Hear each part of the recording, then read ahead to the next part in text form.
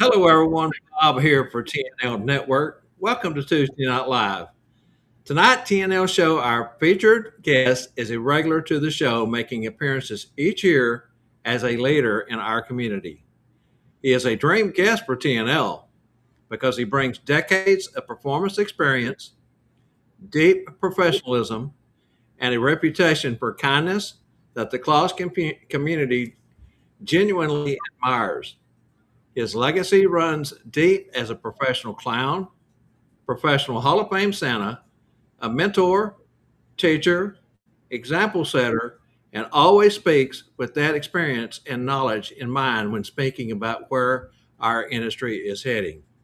This segment of tonight's show is brought to you by North Pole Cornerstones, a new, unique, and entertaining 4-day educational experience. This is Tuesday Night Live.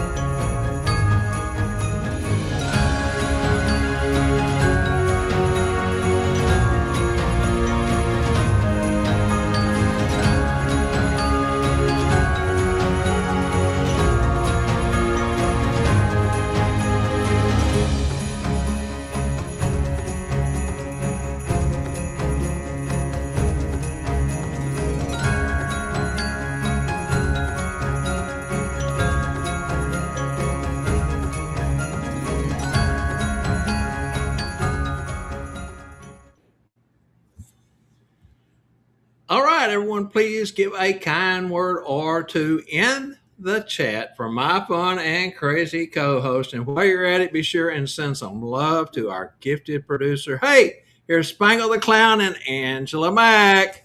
Hello! Hi. All right, you can experience this on your bigger screen where the experience comes alive. YouTube at the Tuesday Night Live Show 1225. Now, Spangle, before we move along any further, we're going to let Angela bring up our next segment here real quick. We want to get this out of the way. If you are watching tonight's show, and we started doing this across promotion with Cherry Hill program, Santa Central here recently this season, go tonight, watch, listen for the show. Make sure you pay attention to what Jeff has to say, and Spangle and Angela and myself. And tomorrow, go over to Santa Central, powered by Cherry Hill Programs Facebook group page, and play along. Christy will put up a trivia replay. It's not actually going to be about our trivia, but it'll be something that was related to tonight's show. And if you happen to win, you could win a very nice Cherry Hill hat or a very nice shirt that they're giving out to the winner. So go over and play. If you're not a member, go over and sign up. Costs nothing. Gotta have a little Cherry Hill swag. Got to have some swag. That's for sure. Okay. Hey, let's go ahead and play our School of Santa promo, and we'll be right back.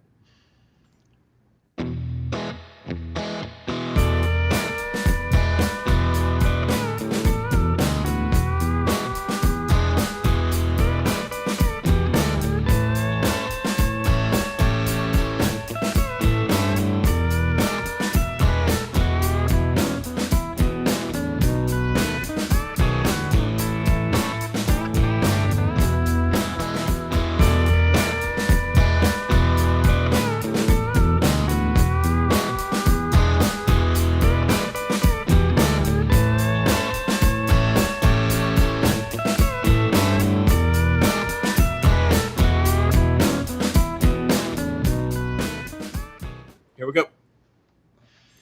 All right, fantastic. Spangle loves that music, and our guest in the green room, he was kind of digging it too, I think, with a big smile on his face. Anyway, tonight's trivia is brought to you by schoolofsantas.com, stuffforsanta.com, and hey, we got a pretty interesting little trivia question here, Spangle. You want to go ahead and jump into it? Let them go ahead and read this for a minute. Jeff wasn't really dancing to the music in the green room. he was looking all over for those red and green M&Ms you were supposed to send him, and he was looking here and looking there, and just kind of he couldn't find them, Bob. That's He because only got one job, man. stuff for Santa and School of Santa's budget has run out. You're going to have to send me some more money, man. All right. Anyways, let's do some trivia here. Unlike popular scenes from the Nativity, the wise men were not there the night Jesus was born. They began their quest to find him after he was born. Most believe Jesus would have been how old?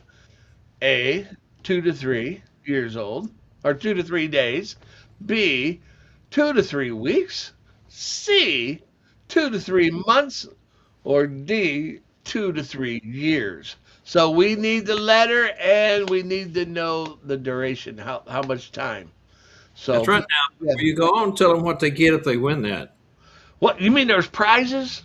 Well, there's not prizes, but there is a opportunity, and we don't call it a hat. We call it the spin of a wheel. Ah, okay. So, anyways, you're gonna get your name in the draw. If you're the winner, you'll get your name in the drawing of the spin of the wheel for these are all both for next year, either North Pole Cornerstones or the School of Santas in Branson. Now, if you do win, tell Bob to put a little extra tape on there. I know when we spun that wheel this year, AJ's name went flying off it. I mean, it flew off that away. Yeah, yeah. So just have him make sure he puts a little extra tape. Now there is a bonus question to this. Okay, and then how far the three wise men with gifts had to travel miles across the desert and through a foreign empire to arrive where Jesus was. How many miles did they have were led by the star of Bethlehem? A, 800 to 900 miles. B, 1,000 to 1,100 miles. Or yeah, and C, 1,200 miles to 1,250, and D, 1,500 to 1,550. There you go. So yeah, say that. Hey, I like that guy that does those push-ups on that commercial. You see that? They bet some money. He said, "I bet I could do between 200 and 300 push-ups." But that kind of reminded me of that. And they all bet money he couldn't do it. And he went down there, 1, 2, 3, and he got up. And they're like, "Ha ha! You couldn't do it. You couldn't do it." He goes, "Yeah, I did it. I said between 2 and 300." There you go. Play on words works every time, doesn't it? Right. All right. Remember that you can play the trivia that is associated with the scholarship drawing as many times as you can, no limit. So if you won last week, you can win again this week. Get in there, get your name for the spin of the wheel, and those will be coming up for the schools for both 2027. And remember, if AJ wins, grease his name tag up a lot. Grease it up. There you go. You ready? I'm ready. All right, here we go. Since 1948, one suit defined Santa. Designed by Charles W. Howard and worn by the world-famous Santa Claus School. Worn for presidents, movies, parades, and the most magical moments in families' lives. This is not a costume, but finely tailored, hand-sewn clothing made in the USA.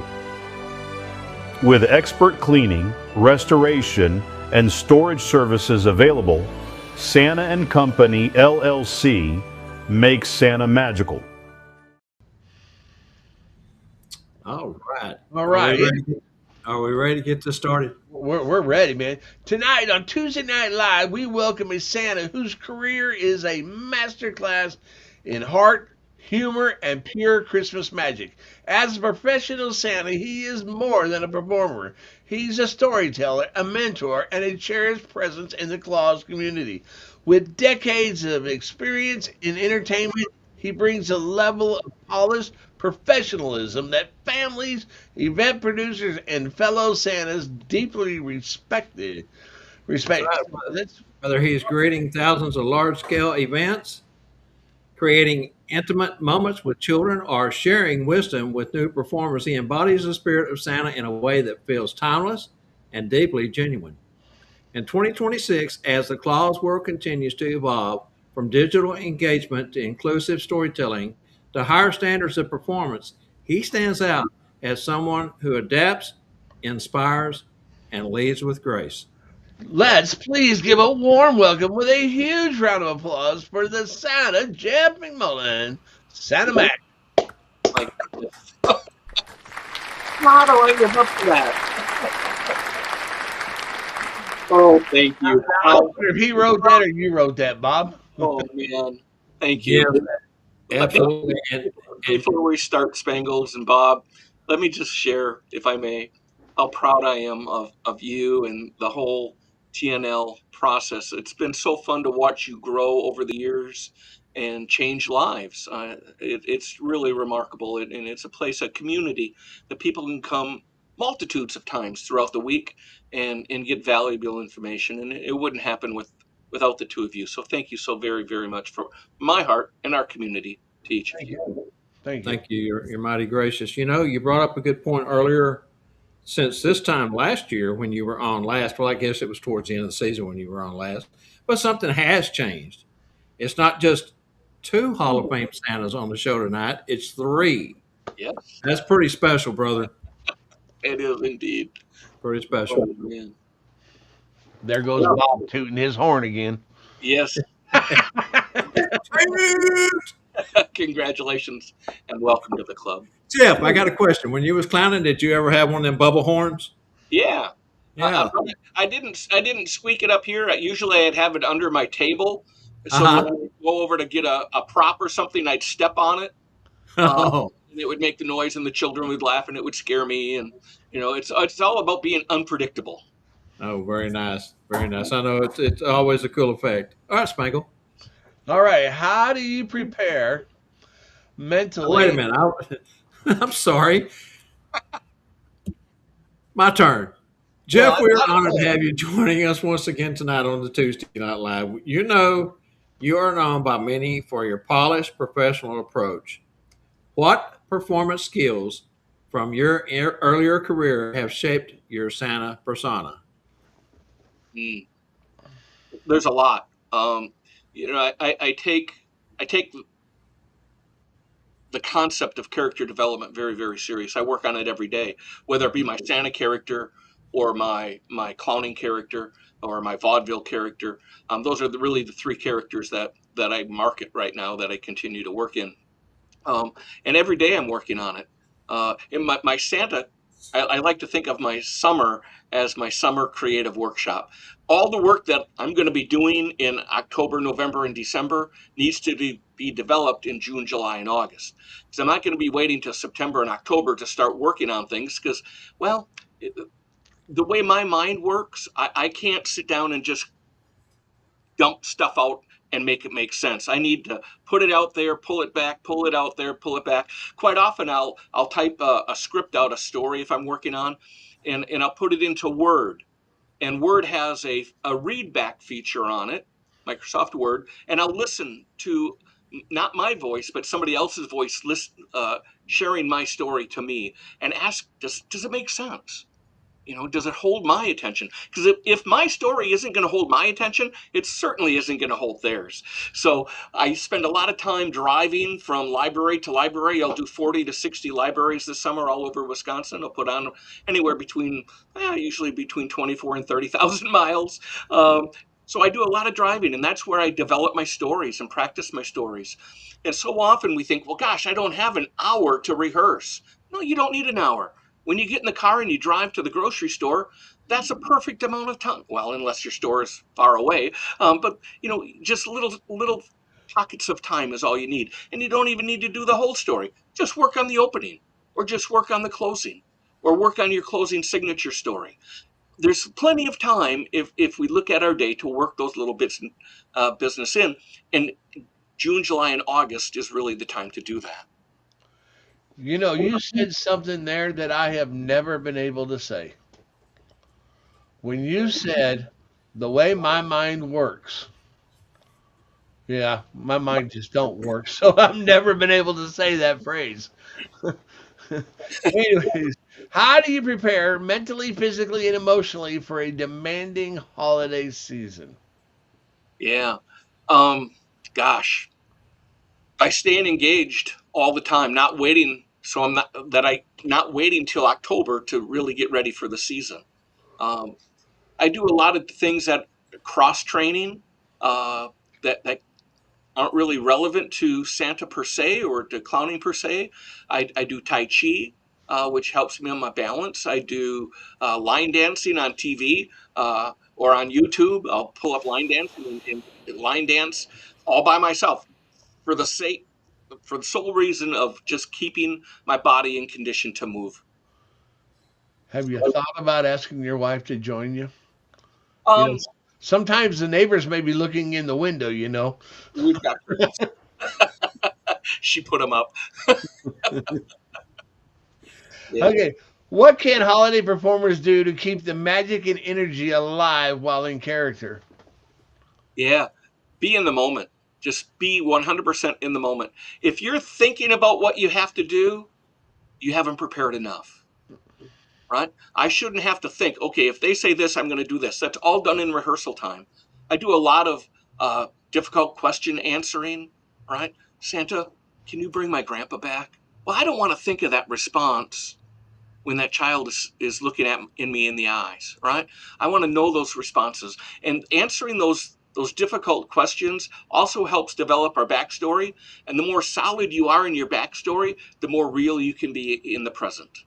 Yeah, yeah. And if you're having to think ahead about what's coming up, then you're not paying enough attention to the child that's ahead of you right there, or right there with you. Then you're Absolutely. you're, you're almost like you're daydreaming, kind of. You know? Yeah. Yeah. And my goal with every encounter is to make that child or that family feel like they're the most special thing at that moment in time in my life. Right? Yeah. And if I'm thinking about other things, if I'm being distracted out here with other things, I'm not doing my job. I'm doing a disservice to that family. Very good. So Everything you just said. I heard the other night, it might have been yesterday, that you were talking about mall Santas and chair work and how to work the chairs and the elves and everything. And this is just my opinion, okay? And I might get some criticism for this, but that's okay because I stand firmly behind this. One of the greatest pieces of advice I ever got was from Santa Russ, who was the Santa at the Fox River Mall here in my town. He was my Santa. He was my kid's Santa. He was there for 28 years, a rancher out of Montana that they brought into Appleton, Wisconsin each year. And I would bring him into the mall. I do a magic show and I produce him and whatnot. And he was after me for 20 some years. Or 15 years. You need to do this, Jeff. You need to do this. You need to be a Santa. I said, I'm not old enough. They're not mature enough. I don't have a beard. I don't have this. There were plenty of reasons not for me to get involved. Once I made that decision to make it part of my persona, I went to Russ and I said, what's one piece of advice you can give me? I said, because I've been watching you and working with you. I understand, flow and everything, but what's the one thing that you can do? He said, your job is nothing more than to manage the 5 feet around the chair. You don't worry about the line. You don't worry about the elves. You don't tell the elves who you are or your real name or where you're really from. Because once they know my name, that magic of me being Santa to them is gone. Mm-hmm. Right? So now I do some work with a large sporting goods store up in Green Bay. I've been there 10, 12 years. And those employees have come to know who I am. And every once in a while, when I walk out, they'll say, oh, hi, Jeff. And it's like, oh, man, I hate that. I just hate it. And I shoot them that look. And they, ooh, sorry, Santa. No. That should never happen. Yeah. So especially with elves, if, so often we want to expose our personal, there's no reason for them to know where I'm from or how many children I have. No, I'm there to be that character. And so I think we get ourselves in trouble by simply sharing too much sometimes about a personal life. And I see this too when I do business, because I do business cards for a lot of the Santas and clowns and things like this. And a lot of the Santas, they want on their business cards Santa Bob or Santa Jeff or things like this. And I really try to talk to them and say, listen, to your client, you're not Santa Jeff, you're not Santa Bob, you are Santa Claus. And if you put Santa Jeff on there, there's going to be that dad who hires you, and his friends are there, and he's just going to want to show off that, oh, I know who he is. Hi, Santa Jeff. You Yep. know, and Yep. that to me that ruins a lot. Absolutely. And, I have a pretty high profile in our community. We don't have a big community, 100,000 people. Um, but I'm involved in a lot of the community events, both from a civic standpoint as well as a performing standpoint. And every once in a while, and for those that don't know, my wife and I own a martial arts academy. Um, and so we deal with, literally hundreds and hundreds of families every year coming through. So quite often I'll get a call from a family that didn't make the connection, and I'll show up at their house and it's a karate family, and that dad will say, "Oh, you better look out. He'll kick your." Oh, no, no, no, no, no, no. So, I really try to keep Santa Mac just Santa. Yeah, And well, completely 99 times out of 100, Santa is walking in with a black belt. indeed. Very true. I tell you what, everything you just said in that whole segment is golden. I mean, that is something that everybody should hear. Even if they know it, they need to be reminded of it. They need to hear it over and over and over because it's so easy to get complacent and you know fall into that trap. You don't want to go down that rabbit hole. No, I can't get in trouble if they don't know the information. I guess that's the way I look at it. Yeah. And on my, Spangle, you were talking about business cards. I do say Santa on the front, and on the back of it, it says Agent Jeff McMullen with contact information. So, if a child looks at it or whatever, oh, that's Santa's agent or whatever. That's that. I try not to put Santa Jeff or Santa Mac in my phone number Right. and contact information. Yeah. Try to keep that as separate as you can as well. That's another one, guys at home. Write that down because that is a great idea. Great idea. Okay, Jeff. Would you say inclusion is one thing you wish every Santa understood about the craft of portraying Santa, or would there be others, and in your word, define inclusion? Can you ask me that again, Bob? Would you say inclusion is the one thing you wish every new Santa understood about the craft of portraying Santa, or Yeah. would you define inclusion for those who may not know what we're talking about? Yeah, when I use when I think you're asking me about inclusion is making them feel welcome and whole. Everybody, all races, creed, size, age. Absolutely. If I'm looking at a child, let me get this thought so I don't get myself in trouble.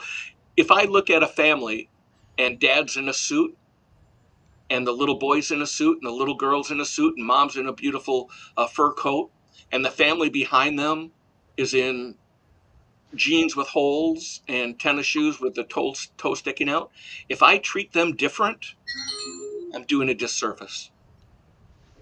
Right? Everybody is treated I don't want to say exactly the same because we treat them differently, but everybody's treated with the same level of respect and Love. and love and compassion. It makes no difference if you have money or if you're broke. I've performed in royal palaces and third world orphanages, and that mindset doesn't change. They get 100% me regardless of what I perceive them to be. Yeah, and even going a step further, inclusion would also kind of fall into the same category as it's a long season.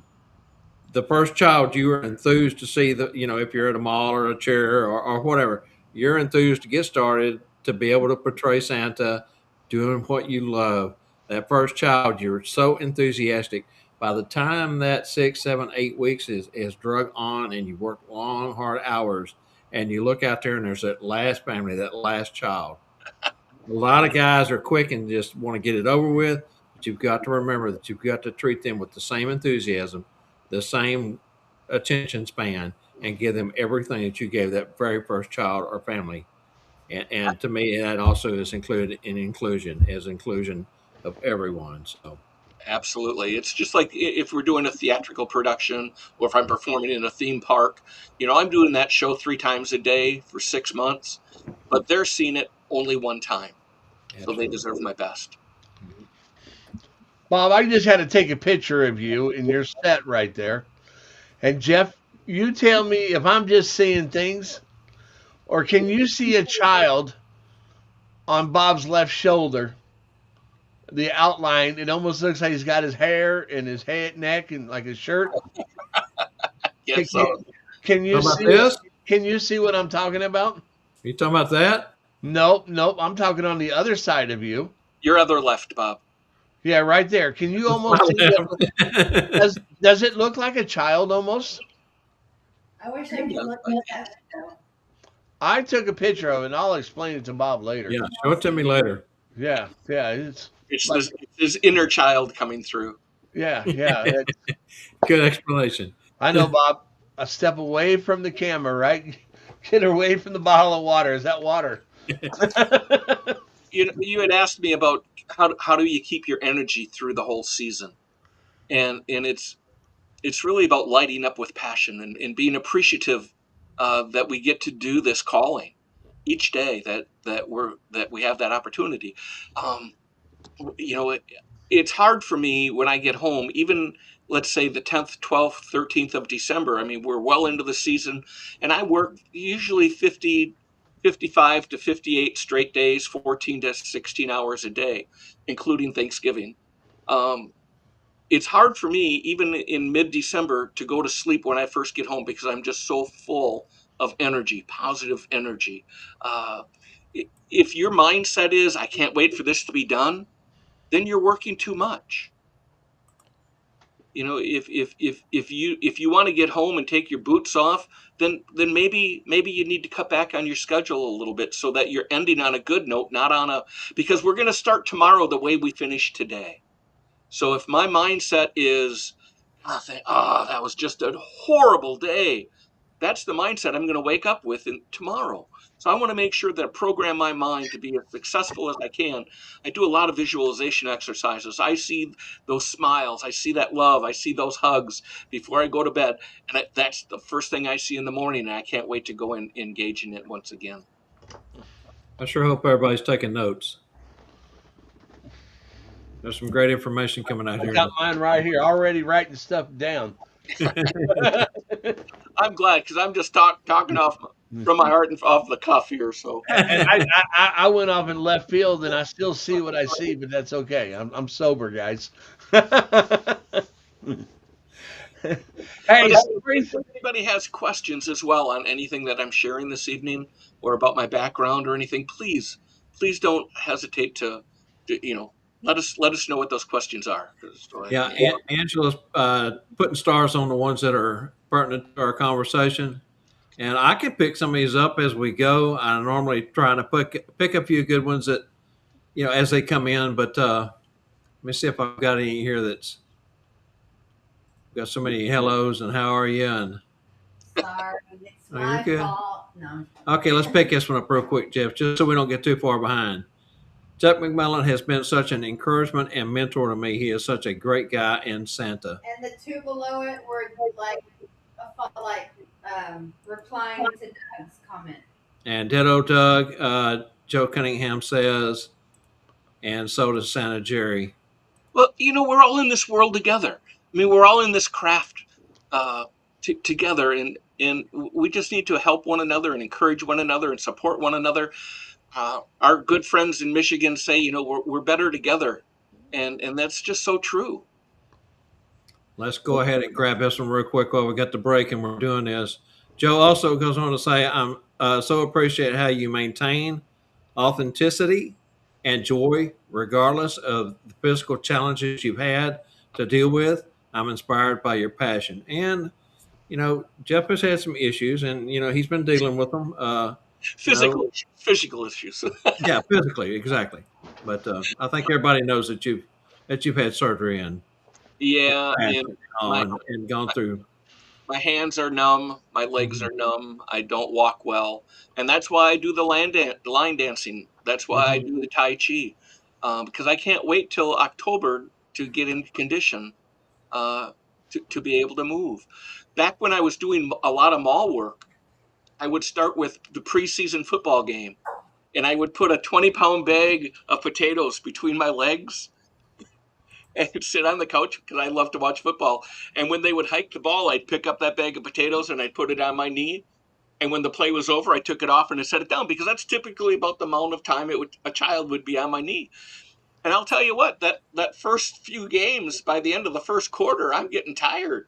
But by season, I can make it all the way through 2 games without my arms hurting or my lower back hurting, because it's about conditioning and conditioning the right muscles, the muscles that you're going to use. Yeah. Yeah. Very good. So storytelling and sharing is the heart of what we do. How can holiday performers create their own stories, and why is it important? Excuse me. That's a great question. I love to create stories. I create stories all the time. I probably create, honest to goodness, I probably create 15 to 20 stories a week. Now, not that I'm going to use, but that I create, and I put them in the file box. And now with AI, it's so easy. There's a lot of, well, AI is writing this for you and blah, blah, blah, blah, blah. No, it's a tool. It's just like anything else. It's just a tool. And I put in some ideas, and it gives me ideas, and I feedback ideas, and we play back and forth, AI and we create little stories. Or I'll take a morphological grid. I don't know if I've shared this on the TNL program before. Bob, I had sent you some information earlier today. It was kind of late. I'm not sure if you got that. We got it. Angie, can you pull that up? Morphological grid. One of the challenges that we have in creating stories is just simply getting started. That's it. It's getting started.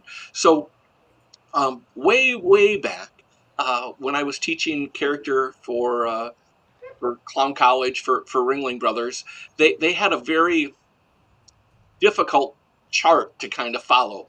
Well, as a clown, really what a clown does is take a look at difficult situations and break them down into such simple terms that even children can understand them. That's my clown training coming through. So I looked at this complex matrix that they had, and I said, it doesn't need to be that hard. So I created this thing that I refer to as a morphological grid. And Angela, are we able to pull that up? I'm trying to get them right now. Otherwise, I've got it printed out here as well. I'm not sure we were able to see it. You're probably better off on that, but Which page was it, Jeff? You sent me a couple. it's labeled as morphological grid. Okay, that'd be the last one. Let me see if I can pull it up over here and share it. I believe so, yes. But what the morphological grid is that you build a matrix, and it can be a 3x3 box or a 4x4 box or an 8x8 block. It doesn't matter. I like to encourage people to start small, and then as their creativity develops, they can get bigger windows of opportunity. But you create a character, an emotion, a prop, and a location, and you write them down. And maybe I can show you this way. But these are all characters. So this is Can you Santa. make, This is C. Angela, can you make Jeff's screen full?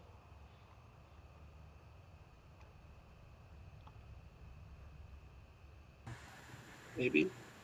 And then under emotions, we have happy, angry, laughing. Under props, we have paintbrush, apron, a bag of toy bag, location, toy barn, front porch, and toy shop. All right. So this is a really a 4x3 block. So what I'm going to do is to get an idea going is I'm going to pick a character, an emotion, a prop, and a location, and that'll become the premise for the story. So for instance, I'm going to say I've got Mrs. Claus who's happy with a paintbrush on the front porch. Okay, why would Mrs. Claus be on the front porch with a paintbrush? She's painting a reindeer. Yeah, so that just gives me a starting point to start to develop from. Or I might say I have an elf who is angry with a bag of presents in the reindeer barn. Okay, why would that happen? And then I would start to develop ideas off of those premises. So it's called a morphological grid. And if we can't pull it up on the screen, perhaps we can post it in the notes for folks to be able to take a look at that. And I would encourage you can create all different kinds of morphological grids. If I'm going to a cheese, here's one of the things I started to expand, and being a brand ambassador for Wisconsin dairy products. I mean, nobody knows milk and cookies better than Santa. Uh, so I'm doing a lot of county fairs as Santa this year, promoting Wisconsin dairy products and educating children on the value of good good dairy products and cheese curds. Uh, so I'm doing some cheese festivals, and I would put different types of cheese and different reasons that would be there, and built a morphological grid out of things that are relevant to cheese. So if you're going to a festival or something, you can use this to help kind of hone in and make it customizable to the need. Very Very cool. cool.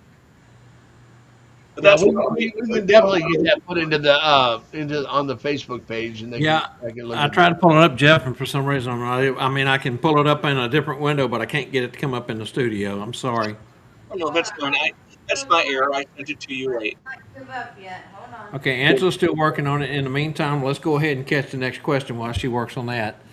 The expectation for Santas have changed from photography standards to event pacing to digital presence. What shift have you noticed most in the last few years? I think coming out of COVID, um, it's probably the the video visits and um, yeah, probably the video is the thing that changed the most. The children have also changed coming out of COVID.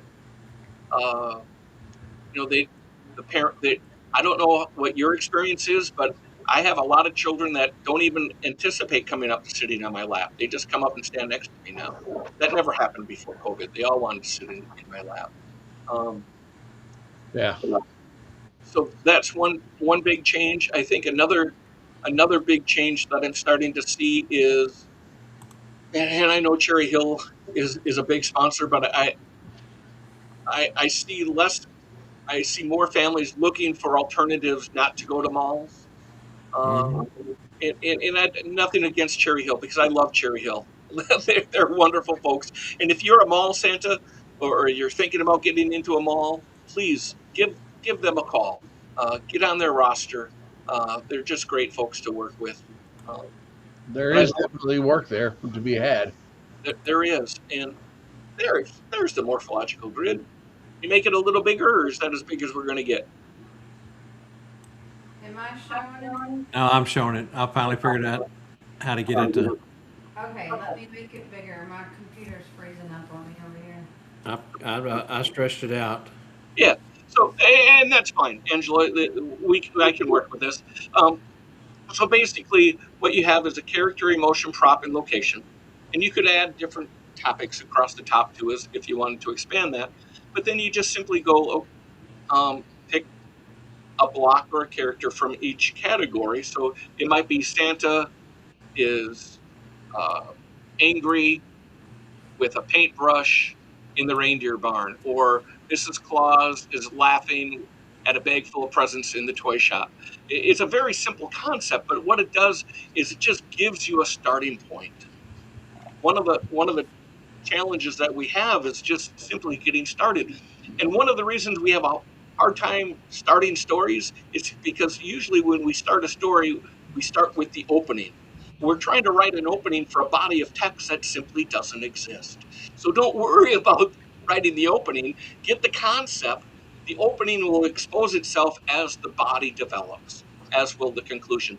And the conclusion should refer back up to the opening. So if I start the story with a little joke or a little rhyme or something, I should end the story the same way, so that I take my listeners full circle. Very nice. And also, keep your story. My personal preference, the way I do stories, 2 to 3 minutes. It's very rare that I will do a story, unless I'm reading a story, that would be longer than that. But my interjection stories, the ones that are very well rehearsed but appear to be organic, 2 to 3 minutes at most. Yeah, I like to tell stories, and just stories that I make up, about the slime machine blowing up, or all these different little things. And I was telling the this mom and grandma and this couple children about the slime machine that blew up, and the grandma got so involved into the story, she asked me when it was over, were they okay? Yeah, Like, because grandma, you believe it and it comes through in your voice. yeah, Yeah. Oh, shoot, I forgot what I was going to say. Um, when I do home visits, or if I'm doing a country club or whatever, and they've got pictures on the walls. Usually, if I go into a home visit, usually there's a family picture on the mantle or things you can pick up on. And if it's a picture of that little boy and his daddy fishing, I'll look at that and I'll acknowledge that and what a nice time that must have been. Well, in fact, let me tell you about the time that I took the elves fishing. So I use the things that are around me as bridges into my stories, so that it comes across organically rather than, well, come on, come gather around, sit right down here, and I'm going to tell you a story. Yeah. No, it just, I have a little bit more of it's very well rehearsed, but it doesn't come across that way. yeah. Sit down here and tell you a story about a poor mountaineer. All right, what marketing items should holiday performers have ready to go for self promotion for the season and beyond? Sure. And now's the time to get that ready. Again, we're marketing. The way I market is a little bit different than a lot of Santas because I book out what I refer to as legacy clients. So I am completely sold out of my time through 2029. Because what I do is, if you take a look at your calendar, let's say you've got a Saturday and a Sunday, and we might have 2 Saturdays and 2 Sundays. We might have 2 Saturdays and 3 Sundays, depending on how the calendar falls. But within each of those prime days, those Saturdays and Sundays, we have an 8 o'clock, or excuse me, a 9 to noon time frame, and then a 1 to 4 time frame, and then a 6 to 9 time frame. And what I do is I've looked back over the years and found out that my clients are booking the same time each year, and many of us experience that. Meeting planners like easy, right? If you're difficult to work with, if they got to ask you time after time for the contract, if you have to send them marketing pictures or whatever, or your W-9, whatever they're asking for, if they have to keep asking you things, they don't have time for that. So try to be as complete as you can and easy to work with as you can. And I took that concept and I said, well, if they're using me every year, why don't I lock them in for 3 years? So what I did is I gave them the opportunity, and I referred to them as legacy clients. And the first year that they agreed to that is there was a 10% increase in the fee, no increase on the second year, and a 10% on the third year. And at the second year is when we'd negotiate for what would be the fourth, fifth, and sixth year. I don't wait to the end of the third year to renegotiate that contract. So we're expanding them out. Given that, I really believe we need a one sheet, a good solid one sheet.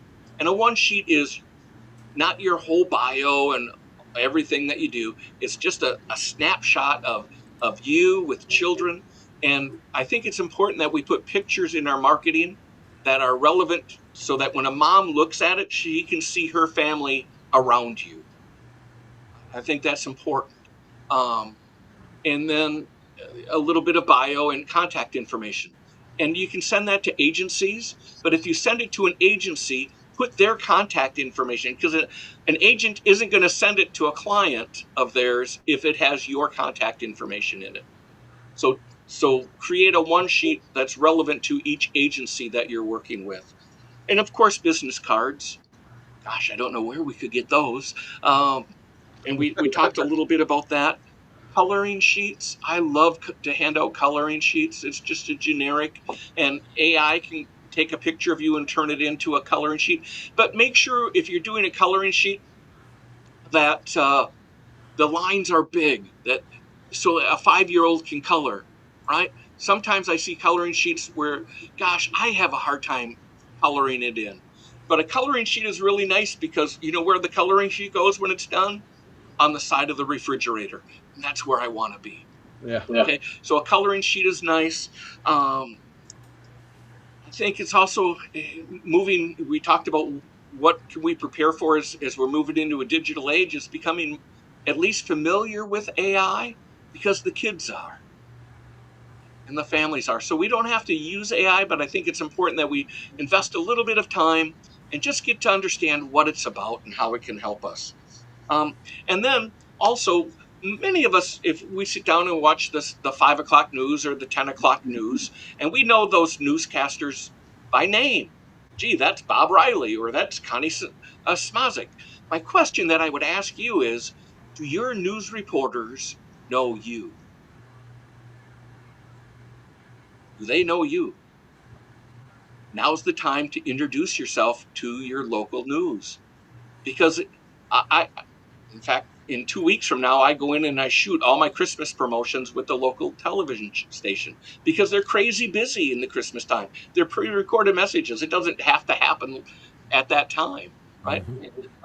So take a moment, introduce yourself to the program director, to the special events directors of the different local newscasters, news stations, and become familiar with them and introduce yourself to them. A little news blurb from time to time doesn't hurt. Yeah. You were talking about the coloring pages too and stuff. I would send over like to the daycares and stuff. I would send over a file, which was a drawing, an outline drawing of me, and I would ask the daycare people that have them color this, but not worry about coloring the beard, and every day add some cotton to where the beard is because it was getting them familiar with Santa and the beard and all that. And they could work on that for a week or two every day. Just go put another piece of cotton on Santa's beard. And it Yes, seemed like it helped with breaking the children in a little bit too. great idea. Okay, Jeff, let's talk about tools. Is being authentic, having empathy and presence part of the tools Santa should use, and are there more? I think it's at the heart of what we do. Yeah. Um, we talked a little bit ago about empathy and inclusion. Uh, I am so grateful when somebody invites me to their home. Think about that for a moment. How many people do you voluntarily pay to come into your home? I can't think of anybody. No, so it's an honor when somebody trusts me to come into their home and share their Christmas. That's an honor, and that starts with the first email that or lead contact that I get with them, and we carry that all the way through, and making sure that I send them a thank you note or a little thank you video. Our phones they don't have to be Hollywood production, right? You can just shoot a little video app on your phone and send it to them. Johnny, Julie, thank you so much. I had a wonderful time sharing a little bit of Christmas with you. Have a Merry Christmas. And send it the next day. Boom. And it just adds longevity to that experience. But it really comes from gratitude. Let me share that. I don't know if I've ever really shared this. I hope we have time. But when I was clowning, and I was clowning for Ringling Brothers, it's the biggest you can get. And I had a really big ego, back when in my early 20s and 30s when I was working with Disney and McDonald's and scripting for performers all over the world. And it got to the point where I didn't really like myself, because I was just cranking out stuff for the money, right? And the money was feeding my ego. And that's how I've measured my worth, was by how much money I was making. In 1990, I was working at an amusement park in southern Japan, and it was a brand new park. They actually built me my own theater. I was there for a year, and I got to design the theater and the lights and the sound and everything for it. And I was there, and I was sitting in my desk overlooking the Seto in the sea on Easter morning of 1990. And my wife has been a strong Christian her entire life.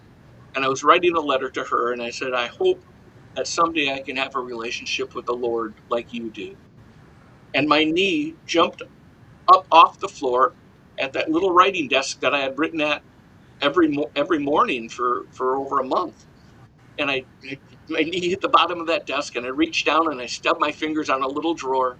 And I opened that drawer, and there was a copy of the Gideon's New Testament. And I read that book, and I said, from that moment forward, I will no longer work for myself, but my work will be for the Lord. And that's what changed my entire career. And I remind myself every once in a while, like when you read that introduction, it was like the old Jeff would have said, yeah, I did that. Yeah, I did that. The new Jeff says, thank you for those opportunities. How can I serve you tomorrow better than I did today? We remind folks all the time how humble you are, and that's one of your strong points, and we know that it's because of your belief in the Lord Jesus Christ. So I know that wasn't in our script, but No, I no, think no. we're talking That's about what this, inclusion and empathy, and these kind of moments is what this show is all about. that's where it comes Right. from for me. Absolutely.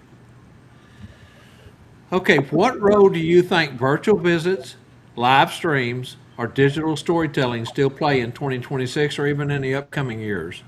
Yeah, I think it's great. You know, I think there's a lot of great Santas that maybe can't move like they used to, Mhm. and that becomes a viable opportunity for them. I also think it's great for Santas that are mobile and can work to fill in some downtime with those opportunities. And I also think it's just great for those Santas that maybe only want to work an hour or two at a time a day that can do virtual work. And the cameras and the programs that these organizations are now making available for us for virtual are making it so much easier than it was pre-COVID. Yeah, I think it's out there, and I have a little bit of a hard time personally with it, doing it, not because I want to reach out and I want to hug them. Mhm. It's flat. In virtual visits, you have to be on point 100% of the time because you don't know what else is going on in that household. Maybe the doorbell rings or the dog starts to bark, and those are things that are not in your control. So you got to be very fluid, but on point all the time. Yeah, and the virtual stuff too. If you're working for one of the big box stores or a mall, and you're shipped from here to over there, and you're away from your family, and you're doing 4 hours in the mall or 4 hours at the box store, that gives you something. You could possibly do that in your hotel room too, and things like this, and Absolutely. produce a little bit more, and reach a few more families. Yeah. And, and Joe Cunningham's got a question there for you, Jeff. Yes. Why do you love working at the box stores? Why? Well, my Part of what you just said. yeah. I did malls for years, and when my grandson turned 8, I realized that Christmas that I had never been home for Christmas with him, and so I kind of phased out of the mall work and picked up. I built a cottage, a freestanding cottage that families can come and spend 15, 30, or 45-minute visits with me. But here in northern Wisconsin, there's not a lot of families that are coming to me the first 2 to 3 weeks of November prior to uh, Thanksgiving. So that's when I'll do my big box store time because I love that work. I love that line work. I love the rush. I love the chaos. I love when the printers go down and Santa can save the day. Um, Yeah. I thrive on that kind of stuff. In the cottage, things don't usually go wrong because okay, because it's very controlled. That's what I love about it in that interaction, and it gives. Also, there's a lot of families that simply can't afford to come see me in the cottage, but they can come see me for free in the big box store, and everybody gets a free picture there.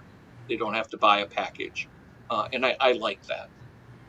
I love that you brought up when the printers go down. That's something a lot of folks don't think about with chair jobs. Be it Yeah. at the box store or at the mall, but that does give Santa a chance to get up and actually have some fun, interact with the children while we're waiting to move along. So I love it. My first year or two, I freaked out when that happened, and then I learned how to deal with it. And now I look forward to it happening. Yeah, let's let the printers go down. I got a whole line of children over there eager to see Santa. Let's have some fun. That's when Santa gets to be spangled and really go have fun. That's it. That's it. My chair time starts at 10 quite often, and I have a hard time. I'll get there about 9:30, and they say, "Oh no, you can't go out there yet." No, they're waiting. Let me go out and just.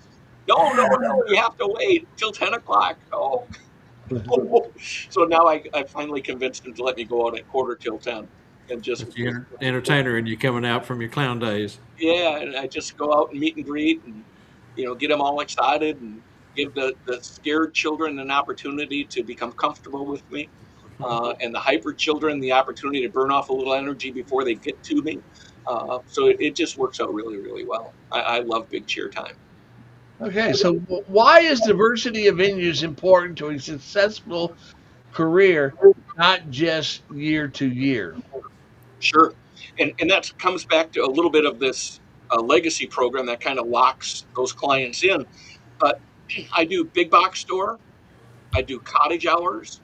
I do 42 shows of Polar Express at the National Railroad Museum. I'll do corporate events. I do some home, not too many home visits anymore. If they want a home visit, it's at 6:30 in the morning. That's the only time that's available. And quite a few families say, "Oh, that's too early." I said, "Well, have you ever thought about donuts and Santa?" "Oh, no." "Well, so I'll bring a dozen donuts, and we have donuts, and they wake the kids up, and we chat." But what would happen if I only did big box stores or only did malls, and that mall decided in October not to have Santa this year? Well, my season is gone.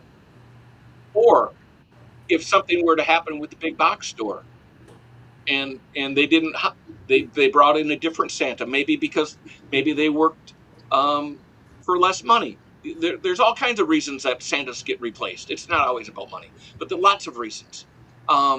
If I lose an account, I have enough other areas that I'm diversified in those different markets to be able to pick that up and still have a great season.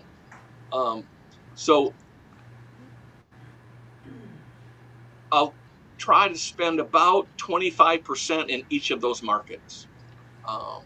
Don't put your eggs all in one basket. Don't put them all in one basket. It's too volatile of a market right now. The economy is very unstable. So if one market goes soft, then the next year I can pick up in those other areas. But if I have to start over in each of those areas, it takes a long time. Yeah. It takes 4 to 5. I think it takes 4 to 5 years for a Santa to really build a strong revolving business. Right? Unlike clowning, which quite often they'll only use you every maybe 2 years at a fair or a festival. They'll revolve you through because they don't want the same acts every year. Clients really want the same Santa every year. Parents want the same Santa. And that was one of the things Gordon and I had coffee about one morning. He leaned over the table. He says, "If you screw up a home visit, it's your fault because they want you back. They don't want pictures of 5 different Santas over the years. They want the same Santa. So if you go in and do a good job, protect that market, give it 4 to 5 years, and you'll have a nice business." Well, whatever business you want. Some of us only want to work 2 days, 3 days a week, or 2 or 3 days a season. One is not better than the other. I am no better doing 58 straight days of 14 to 16 hours than the Santa that does 2 hours at his church on one Sunday morning.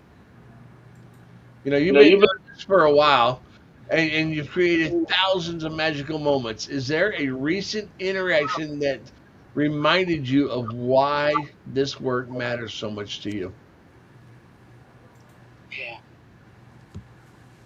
don't have it here, but um, there's two, uh, and I'm very fortunate to do Santa year round. Uh, so these encounters happen to me, but um, my last family, we were talking about your last visit of the season. My last, there's a family that books at the cottage every year, the last time slot. And that's because they come and see me on late Christmas Eve day. And then they come and see me and then they go to church. That's that's their routine. And this little boy who I've known since he was born, he's now, I think he's 6, uh, came in, and because I used to do their home visits, now they come to the cottage. But he came in with a paper crown that he colored and cut out like a 6-year-old would, and he had it on his head.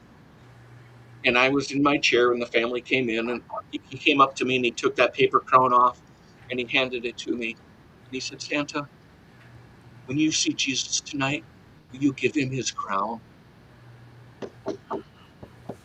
That I took that paper crown and I framed it, and it hangs above my doorway into my office. So I'm reminded of that every day.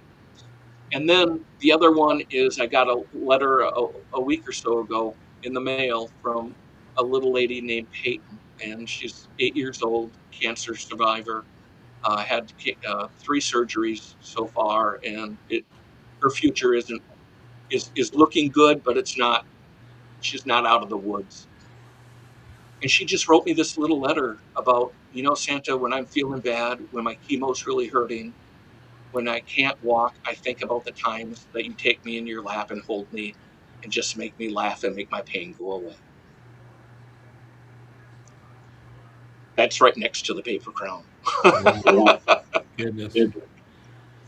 Nice. So Doug Wright says that is so true with home visits. They want you back year after year for their family photos. It's important to understand that one visit can turn into a lot of years with that family. We've been doing some now for 9 years, Doug and Diane. Right. Absolutely. Good for you, Doug. Yeah, and it's fun. I mean, they become part of your family. They become part of your Christmas experience. That's you. Bless you, Angela. Thank you. Sorry. Yes, they do. Actually, I always say we become part of their family because we're going into their home, but it is so true either way you look at it.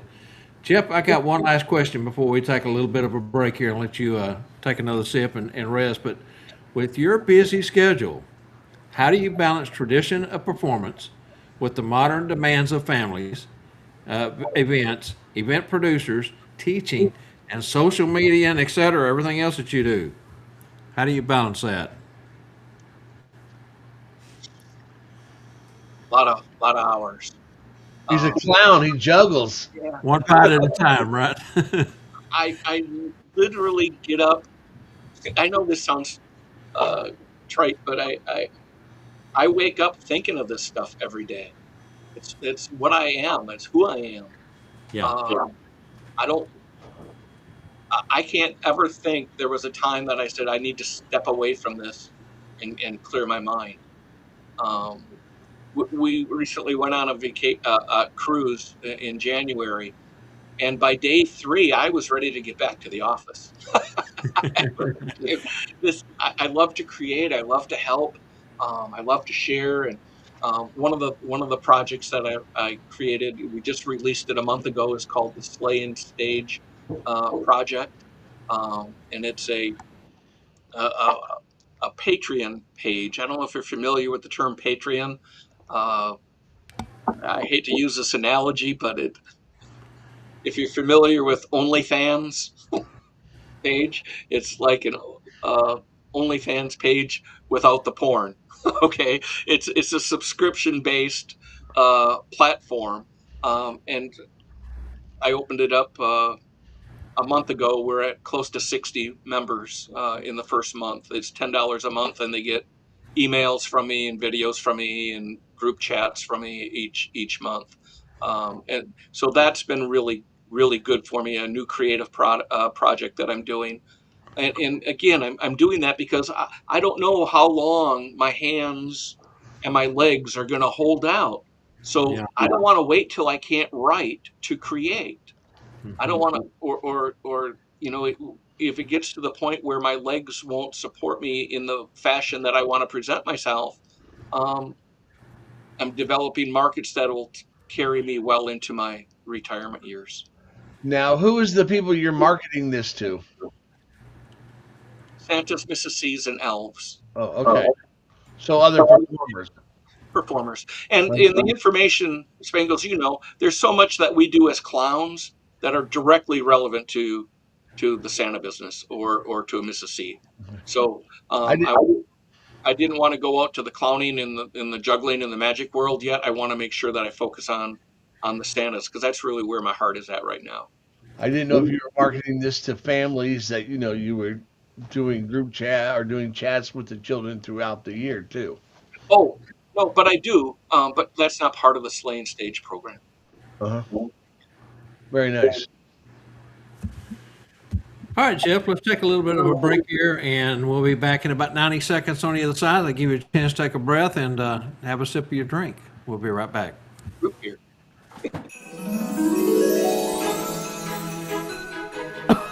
Oh, hello there. Yes, of course, it's me, Santa Claus. Now, you may not believe this, but one of the questions I get asked the most is, well, not how do I do it all in one night? No, but where do I get all my things from?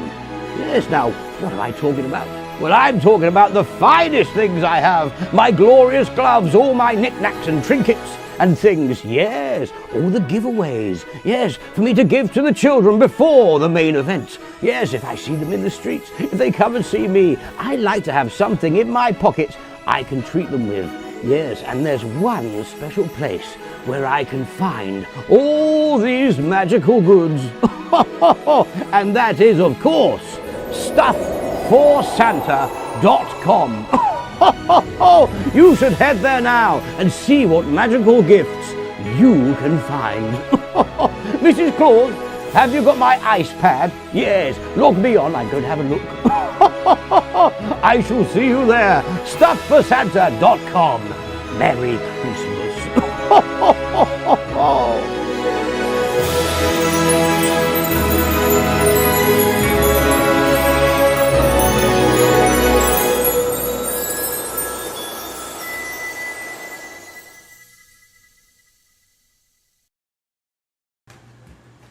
Want to be.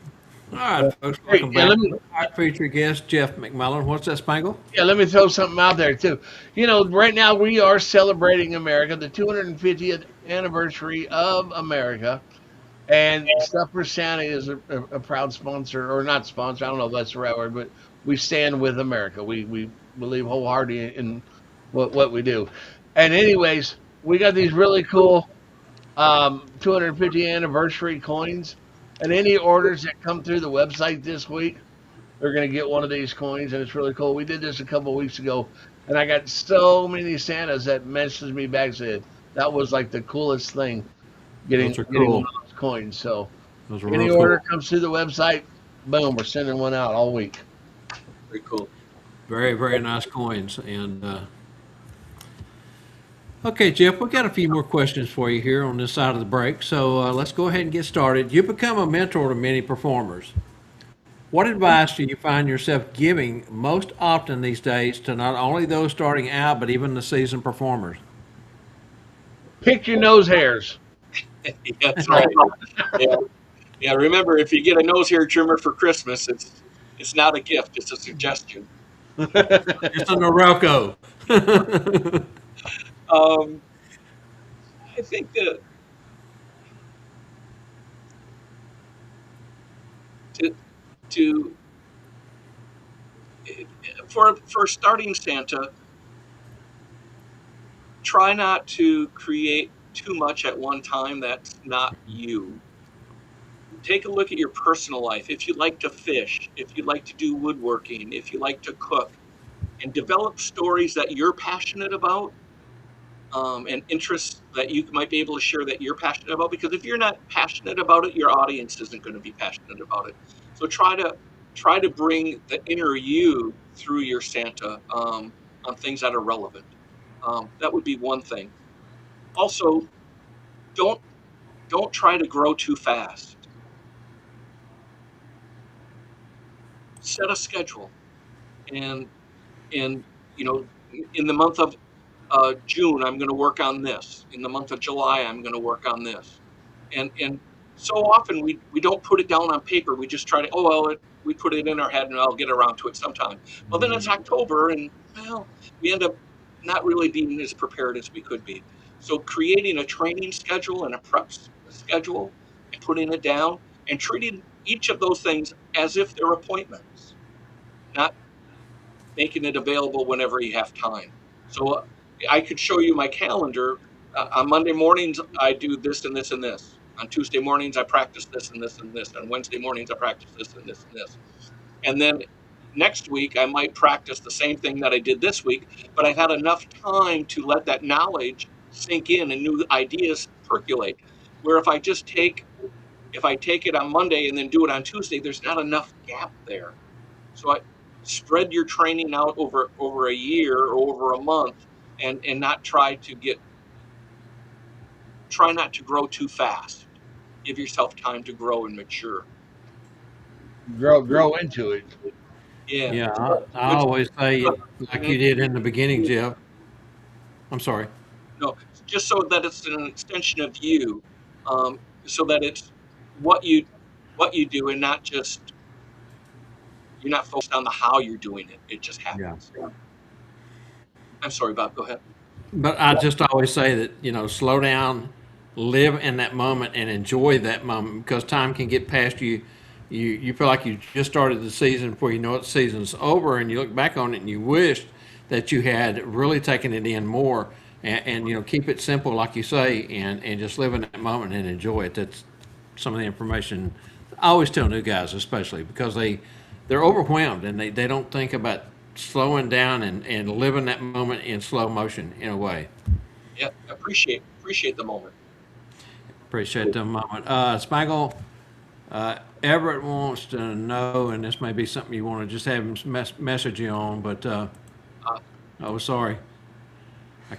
We keep battling over.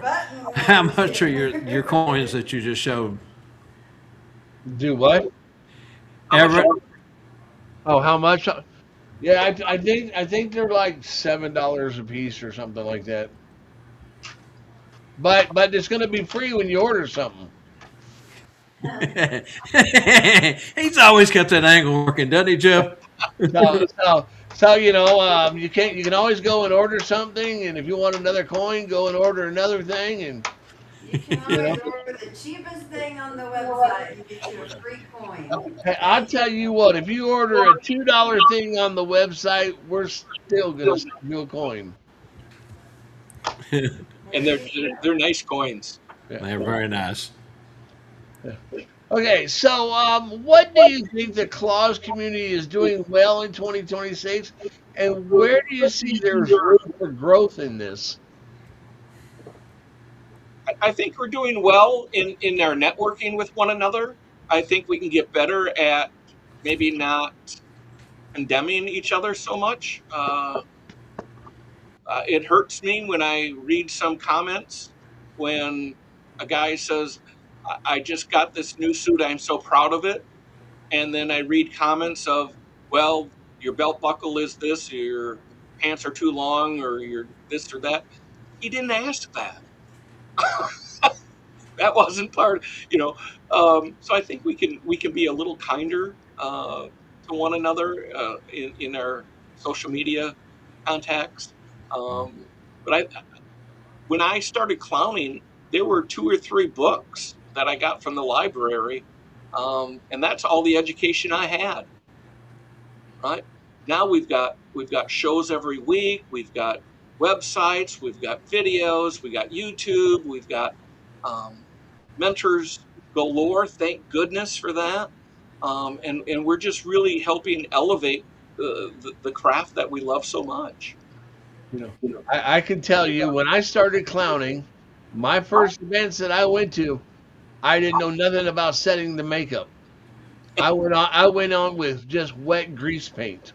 Yep. Okay, when I started doing Santa Claus and got my first suit, I didn't want those boot cover things that you wore.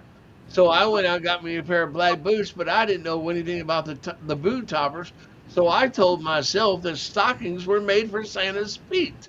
So I put on a pair of stockings, or like the red stocking you put over by the fireplace.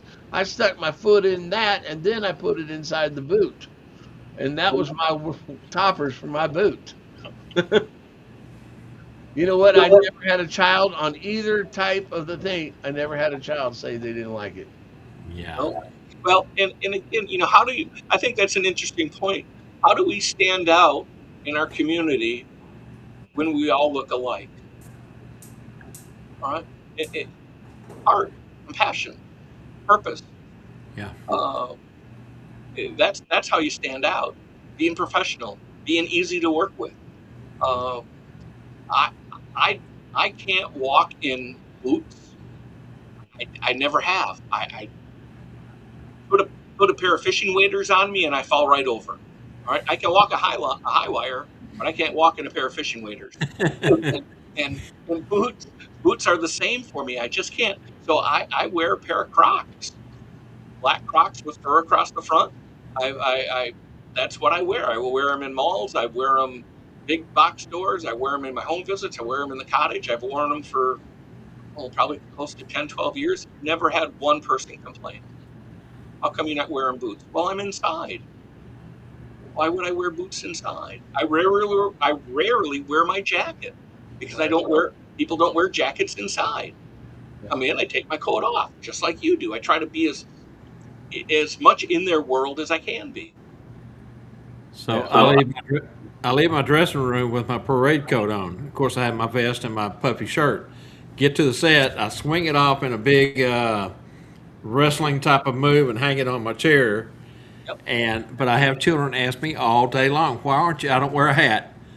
The adults, when they ask me, I said, would you cover a hair like this up? I mean, look, this is nice. Santa still has a head of hair. Hey.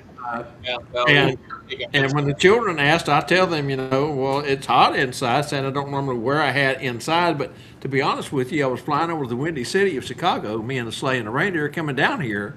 And you've heard of the Windy City, right? Well, it blew right off. I swooped back down and tried to catch it. By the time I got down low enough, it was already in the Great Lakes. But I'm going to get Mrs. Claus to make me know. You make up a backstory if you need to go along with that. But yeah, why wear a hat, coat, inside? Especially if you're doing a corporate event at a country club and they put you in a big oversized stuffed chair right next to the fireplace for 4 hours. Yeah. No. Be comfortable. Be comfortable. I used to do Cracker Barrel, and they got some of the biggest fireplaces you'll see, and they always want. They do, don't they? Next to And the that cast iron pot there next to it heats up, and that's even that much more heat. Yeah. John Snegelberger says, I think it's important to look like Santa. You can embellish as you like, but look like Santa. How do you speak and act sets you apart from me? So that's what you're talking about, heart, character. Yep, and there's a couple of little trademark things that I do. Like I wear bib overalls all the time. That's one look, all right, that I try to differentiate myself. I wear a jacket over my bibs, and then I take my jacket off when I arrive. But I also have fur strap covers on that. I don't see other places. So there's little things that you can do to set it apart. But you can't deviate too much, or you kind of walk that edge. And I would also recommend, if you do decide to go a little bit non-traditional, make sure you send a picture of what you're going to be wearing to your client before you arrive in that, so that you have your client's approval. It's terrible to say, well, gosh, you just didn't look like we thought you were going to. And the event is over, and then it's hard to backtrack that, earn that trust back. Yeah, you want. So we got 2 questions left, Jeff. One for me and one for Spangle, and I really like these questions. Sorry, what Jeff. excites you most about the future of Santa performing? What? I'm sorry. What excites you the most about the future of Santa's performing?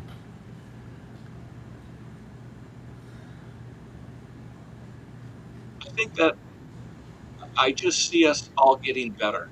I think that excites me the most. You know, if you think back 10 years ago to what we saw in our Santa Mhm. community compared to what we're seeing today in not just the quality of wardrobe, because that doesn't make Santa. I like to say, you know, once a child identifies you as Santa, the wardrobe stops and your character needs to take over. Um, but I think that the work that we're doing collectively in character development is really elevated our craft. I think that's what excites me the most. I think people are realizing that there's a lot more than now than just putting on a suit. Um, we, we, we, we are makers of magic and wonder. Okay. If you could define your Santa legacy in one sentence, what would you want it to be?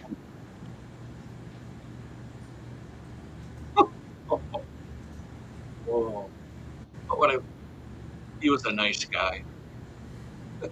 He was a nice guy. You know, I know if I had to define it in one word for me, I'd want to say heart. But I'd have the heart to keep doing what I'm doing, and the heart to love every single person that's in front of me. um, yeah, that's I'm right there with you. You know, I, I think if I want people, my legacy, I just want them to think that, you know, I know what I wanted my legacy to be before I was a Christian. It's very different now. Yeah. I just I want them to say, you know, he had no idea who he was, but he gave me an hour on the phone the other night.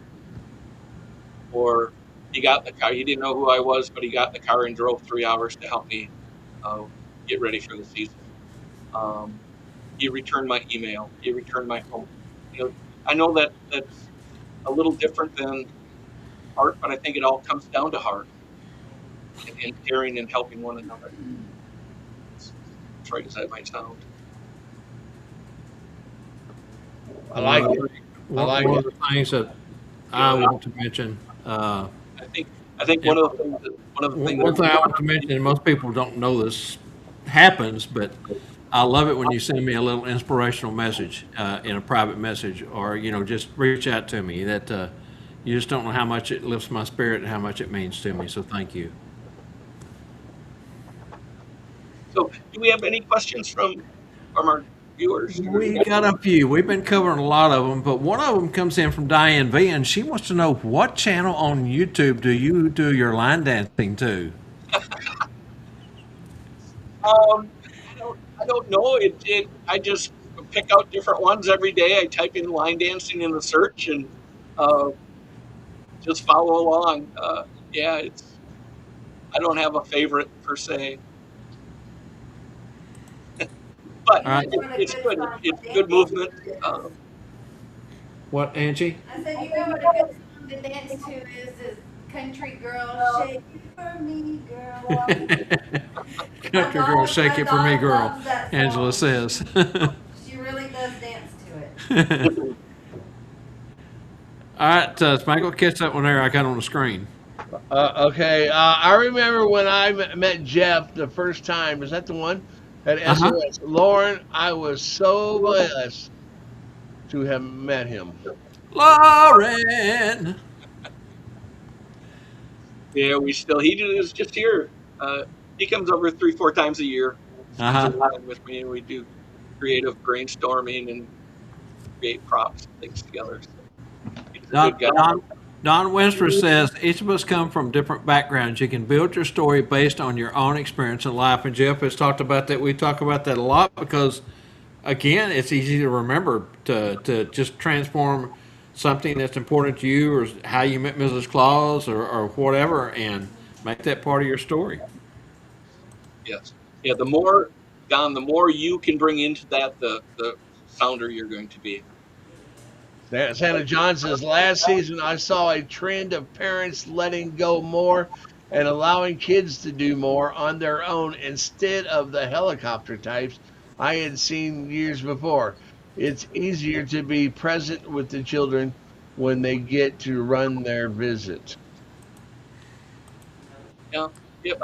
And I think coming out of COVID, that's true. the 3 and 4 year olds today that didn't go through COVID don't have that.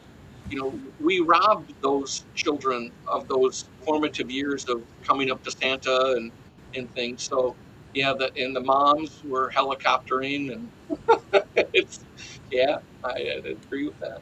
Yeah, especially when you're doing a visit and mom, and I've mentioned this before, but the child has not even barely sit down next to Santa, and the first thing out of their mouth is, "Did you tell Santa what you want for Christmas? Did you tell Santa what you want?" And it's, sit up, smile, look at the camera, get your hands down. They just hover over a helicopter, and the poor child don't know what to do. They're so like, "Oh my gosh, mom." Yeah. Well, and it amuses me when, and I used to try to correct it, and I realized I was being wrong in trying to correct it.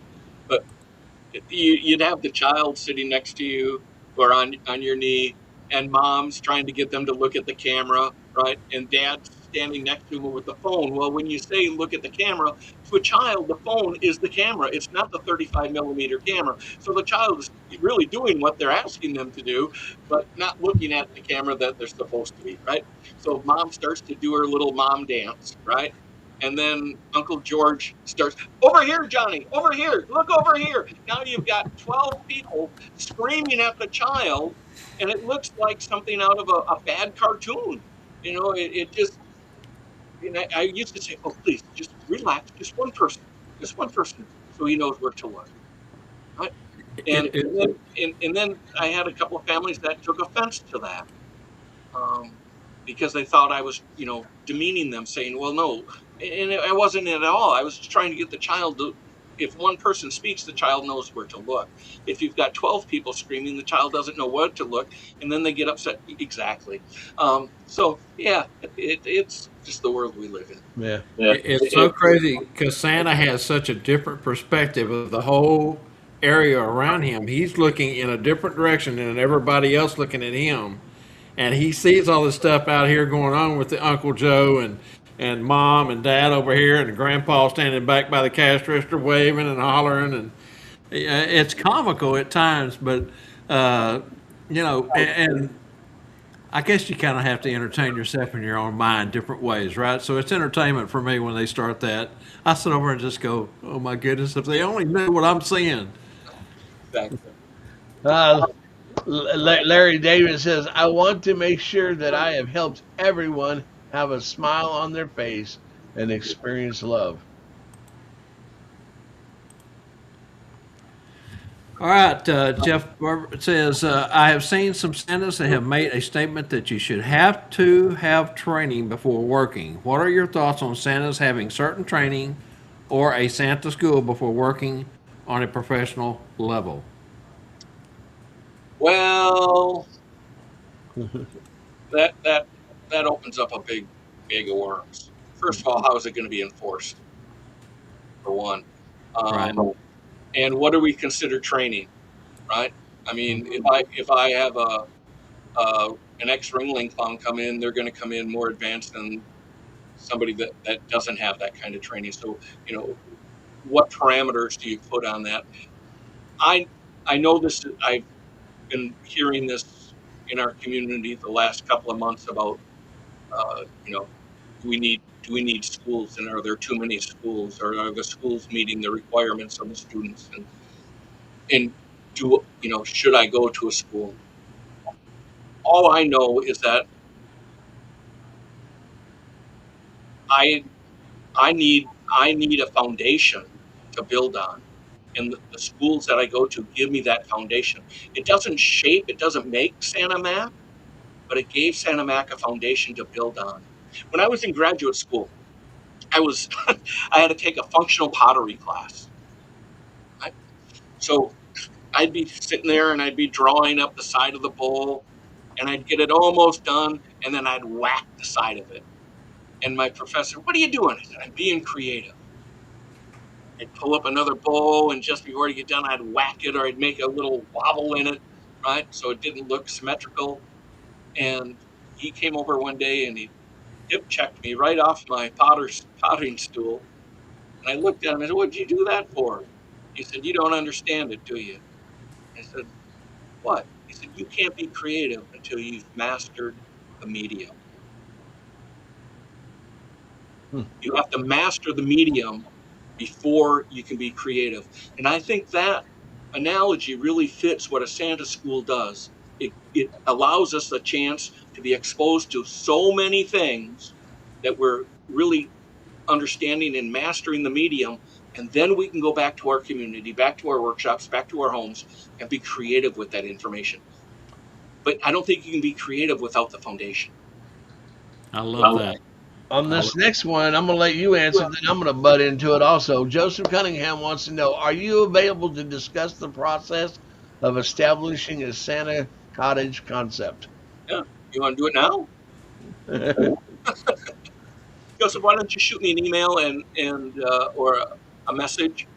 And of Yeah. course, I'm available to anybody, anytime. And people say, "Oh, oh, you've got this Patreon page now. Does that mean that you're going to stop providing information?" No, no, it's just different information. And Santa Mac does have a cottage. It is a stationary thing. A cottage is not meant to be moved around very much. Right. And if you want to go with the concept of moving something around, I would be more than happy of giving Yeah. some ideas there too. And I think owning your own venue is just a nice. There's a sense of security there with that, but it allows me to be creative in my own venue. Uh, yeah, I like some. I know this sounds like the old Jeff talking now, but I'm a really good team player as long as I'm the captain, right? And and the cottage allows me to do that. When I go to the big box store, I don't tell the people how to take pictures or how to line them up. I'm the captain of that chair. That's my job. Yeah. Hmm. Very good. All Yeah, right. and you're welcome to. Anybody's welcome to email me or contact me on Facebook. And yes, I've got pictures and diagrams and worksheets and everything that I'm happy to share. Yeah, I have pictures. I don't have diagrams, but Well, they were blueprints of yeah, yeah. So look who's commenting here, Spangle. Robert R. Yeah, the other Santa Bob. Yeah. Remember Yep. when you called me from Alabama and had him on the FaceTime with me? Yes. Yeah, that's Yeah. Robert says even a photo shoot and private photographers this happened. I think we're talking about the hollering, look here, doing this, doing that, those sort of things, and makes. it frightens the child. And he goes on to say, education, education. You can never learn too much. Santa schools are a big tool in being a better Santa. Required? No. Just makes you a much better Santa. And on yesterday's show, Jeff, you were watching, and we kind of talked and threw it out there about, because we've heard this before for years about should your crew be certified? Should Santa be certified in some way or another? And we mentioned yesterday, you don't have to go to school to be a Santa. That's not a real requirement, but it does give you those tools. And with those tools, confidence is one of the first things that I can say that jumps out with having the tools and the knowledge to be able to go out and perform better. Well, and it's going to shorten your learning curve. Yes. If I were a plumber, I'm sure if I looked at it long enough, I could figure out how to hook something up and how to weld. But why should I take that time when there's professionals that can tell me how to do that? Right. If not, Google can, anyways. Okay, so I kind of threw this up earlier in the middle of everything. I was trying to get it set so I could pull it up when I wanted to pull it up. And I didn't realize I was sharing it at the time. But this was another piece that you had put up earlier, sent to me. You want to talk about your sleigh and stage a little bit more? Well, yes, and I appreciate the opportunity to do so. The Slay and Stage project is really something that I created because like the TNL, I wanted to be able to provide a year-round learning opportunity for people, because as I get more and more understanding of this business, and I'm still learning, I got so much more to learn. I'm coming to learn that, as I mentioned earlier, you can't crash course it. It takes time to develop. And that's what the Slaying Stage does, is it gives you weekly information, and each month has its own focus. So May is getting ready for Christmas in July. I know it's a little bit short, but we just started it in April, so I mean, it jumped up on us. But so it's a calendar of training, is what the Slaying Stage project is. It consists of emails, videos, and then video interviews as well, delivered right into their email box 2 to 3 times a week. And I think you had sent another. The other one was about the Kringle U session coming up in August here in Appleton, August 7th, 8th, and 9th. And that is that's a face-to-face seminar. I keep the registration down at 20 to 25 people because it's a workshop. It's a hands-on workshop. It's not a lecture per se. We're working, we're doing, we're moving, we're getting up, we're line dancing, we're building building props. We're doing it's a workshop versus just hearing me lecture. Would you go over to the TNL Network production page and put those up on there for us, Jeff, after the show? I appreciate that That opportunity. way we can get it out there and let folks see it and consider joining in. All right, so next we want to go and say thank you to some of our contributors. So Angela's going to do that, and we'll be back in a moment.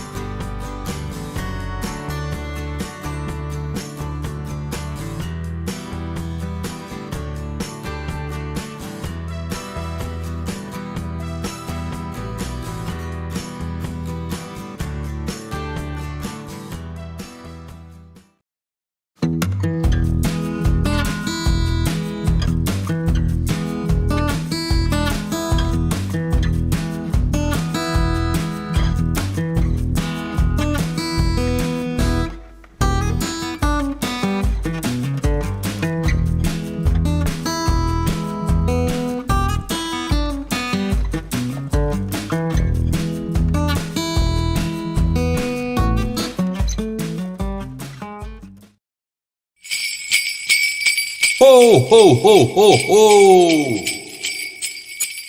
Shop Thermo Apparel. They're wonderful. They're fantastic. And for the coolest of cool Santas or Easter bunnies, remember Thermo Apparel. Don't just be cool as an attitude. Keep cool, literally. Thermo Apparel, be cool. Ho, ho, ho, ho, ho! I'll tell you what, if you wear that thermal apparel stuff, you can be as cool as Santa Mac. I love it. I love it. I love it. I'm going to throw this up, Mike, Jeff. Pulled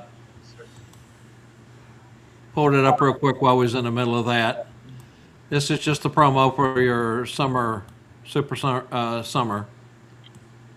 And we'll, again, Jeff will go over and post this stuff on our group page. That way it'll be there for folks to see and read, because I know it's hard to see on the screen. It is, and I appreciate that opportunity. Love promoting and helping. I can't read anyways. All right, let me get out of that. And what we're going to go to next is our... I just want to say hello to my friend Scott. Scott Serton? Yeah. Yeah, he said hello to Jeff Spangle. Yeah, but you. he always forgets me, so Did he not say hello to you? never does. Oh, my goodness. He knows I'm here. Oh, my goodness. Scott, you are in the outhouse now. I'll remember you. In the All candy right, cane let's now. go ahead and reveal tonight's trivia answers. What, Jeff? I was going to say, I think Scott is comfortable with doghouse. Yeah. All right, let's reveal tonight's trivia answers. This is the schoolofsantas.com and stuffforSanta.com trivia. Unlike popular scenes from the Nativity, the wise men were not there the night Jesus was born. They began their quest to find him after he was born. Most believe Jesus would have been how many or how old, I guess you would say. The answer to that was answer D, 2 to 3 years old. Winner? Bill Cosby. Bill Coates gets that I one. think you should have put. I think you should have put up there too 6, 7. Oh no. Hey, I wonder what the new trend will be for 2026. Hopefully they're done with the 6, 7 stuff. All right. Starting to self-monitor that a little bit. For our bonus question, the three wise men with gifts had to travel how many miles? That would be A, 800 to 900 miles. Winner? Santa Jerry Stevens. Jerry Stevens gets that one. Can Okay, you guys, imagine? both of his names going on the wheel. I start saying that on the wheel for the drawing for 2027. So can you imagine back in those days to go 800 or 900 miles? Those guys had to travel 2 and 3 years. They left their family to go 2 or 3 years to present a gift to turn around and go 2 or 3 years back home. On a camel Yeah, or a burro, whatever they had at the time. I bet there was a lot of walking too. Yeah, absolutely. Okay, let's see here. We've got another one another comment here that got starred. Let me throw this up real quick while we're. Chris Hecklinger says, been having the joy of being Santa for 15 years without going to a formal class, but I always know I can learn more, so I will be attending Santa School in August in Appleton with guess who? Well, thank you, Chris. Yeah, looking forward to it. Right, we can learn. There's so many more resources now available to us that weren't available 10 or 15 years ago. And we need to be open to all those experiences. But again, the school, I just think, gives you that foundation. Hey, let's go to Cherry Hill.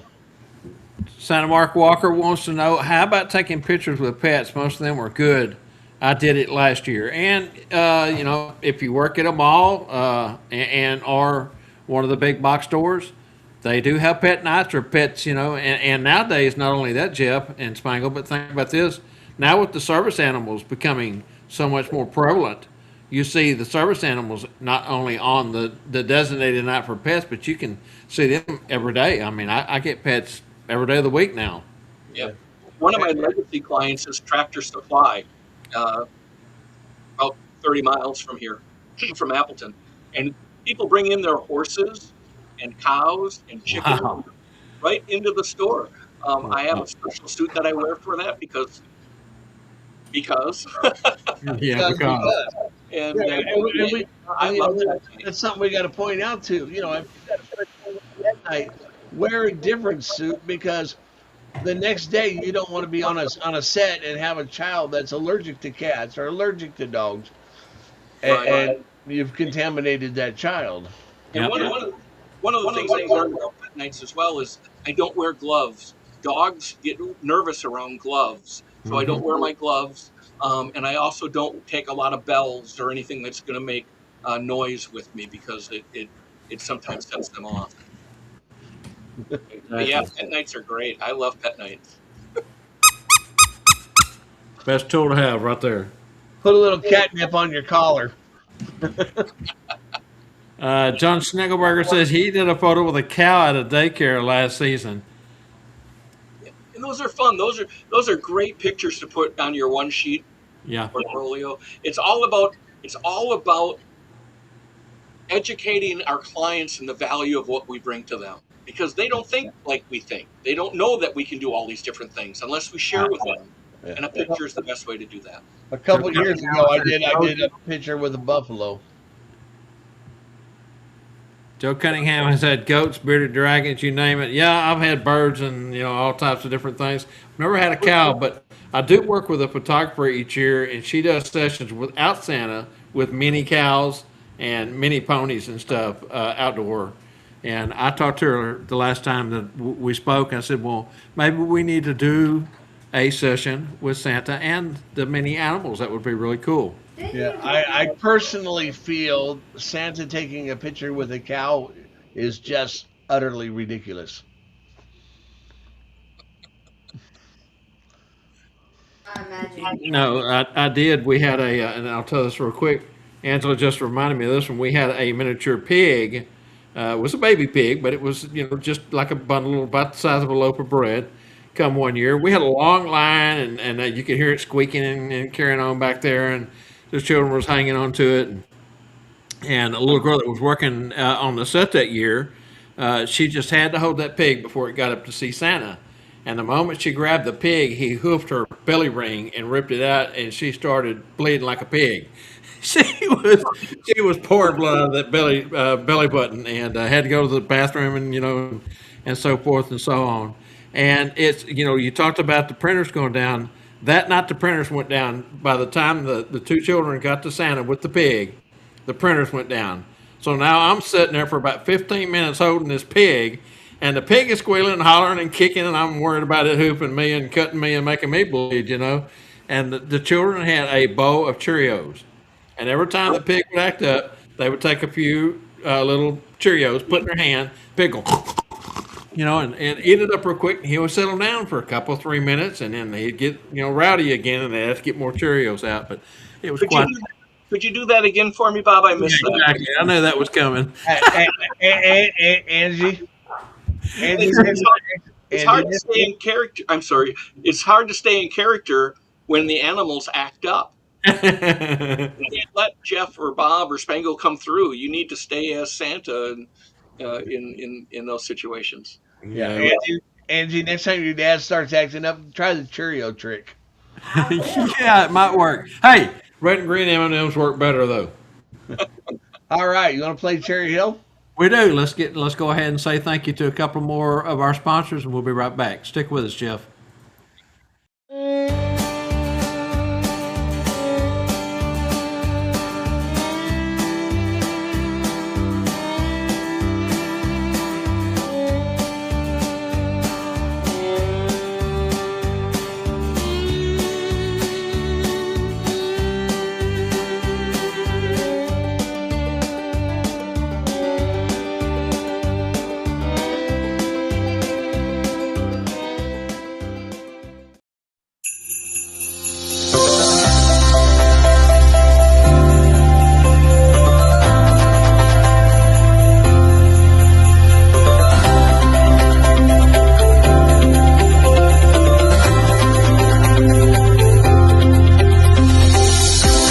Angie's Originals, custom Christmas attire since 2015.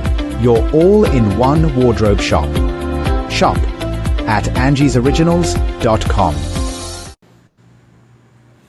All right, Spangle, what is your closing thoughts for the night? Well, my closing thought was how cool this was. I always like hanging around Jeff. I know we've been to a few conventions together. He came to the school, and we just had some good times just sitting there talking about things. And Oh, yeah. it may be Santa related, it may be totally not Santa related, but I'll tell you what, you ain't gonna find a nicer man right there. Jeff's our hangout buddy. We enjoy spending time with Jeff. And, we've got a couple of more shows coming up. Real quick programming note, I will not be here next Tuesday night. Spangle and Santa Scott Suritan will be doing the show, and your guest will be Dave Thomas and Jim Langley. Going to be a great show. What are you shaking your head? No. I've got to go overseas. Oh, that's right. You do, don't you? Yeah, we're putting it all on Scott. Well, we'll have to work on that. But anyway, I won't be here, and Spangle may not either because he may be. And if you are traveling, Scott, please don't leave me alone. I bet he'll tell you hello. yeah, I didn't think about that. You just told me before the show that you was going to have to travel this week. So Yeah. Hey, let's thank Jeff McMullen for coming on the show, sharing his expertise with us tonight. And you all ought to have you a pad of paper, and there ought to be a page or two full. I got me Yep. There she goes. She's got hers ready. Yeah. I want to say thank you to School of Santa, Stuffer Santa, King Insurance, North Pole Cornerstone, Santa Nana Nationwide, Santa's, Caboose, Therm Apparel, Angie's Original, Cherry Hill Programs, Santa and Company LLC, and Krangle University, and Jeff McMullen. Thank you, Jeff, so much, brother. Always one of our favorite guests in shows. God bless you, my friend. And thanks to Jessica Lamb, Holiday Photo Magic, for being a contributor to the TNL Network. That's right. Tune in, kick up your heels, join in the fun for 2026, all powered by the TNL Network Productions. Yeah, and don't forget to watch all the TNL Network productions in 2026. A list of the shows will be running at the end. Can I close with one thing real fast? I would encourage everyone that's listening tonight to take a look at our sponsors and send each of those sponsors a thank you note. Because without them, we couldn't be bringing you the weekly information and changing the culture of what we do in the way that we do it without them. So let them know that we appreciate their support. It's important. Can you imagine where our industry would be if we didn't have these folks to buy the product from? To get the things, the goods, the needs that we have? I'm sure that you two guys go back farther than I do. I know there was a time when there wasn't much available. And, now you can find anything and everything for your portrayal. And if you can't tell me, and I'll get it, I'll find it. We'll get it. Spaggle probably already got it. But we also need to support our vendors, and because we're a cottage industry. And yes, I can go to Amazon and maybe buy it for 50 cents cheaper, but Amazon isn't going to carry that specialty product that I need when I need it. So we need to support our vendors and support our sponsors. Absolutely. Gordon always talked about building a relationship with your brick and mortar stores for various reasons. That will be a topic that I will teach us next week at MAPS. It's important. It's easy. Like I say, you can get it from Amazon, but you build that relationship with that brick and mortar, and there's so much more that goes with it. We don't have time to get into it tonight. Maybe that's another, for another day. Anyway. Thank you, my friends. Thank you. God bless. Thank you so very, very, very much. All right, where are we at here? Oh, I know. Tell everyone good night, Spangle. Good night, Spangle. Remember to join us for our next Tuesday Night Live, which Scott will be here with somebody. We don't know who, but we'll figure it out between now and then. Each week, 7 p.m., same Claus time, same Claus channel. Count your blessings, not your sorrows. Jeff, it's something I live by. Have a blessed week. Thank you to everyone. Never stop learning. Thanks, everyone. Good night. See you in the green room, Jeff. All right.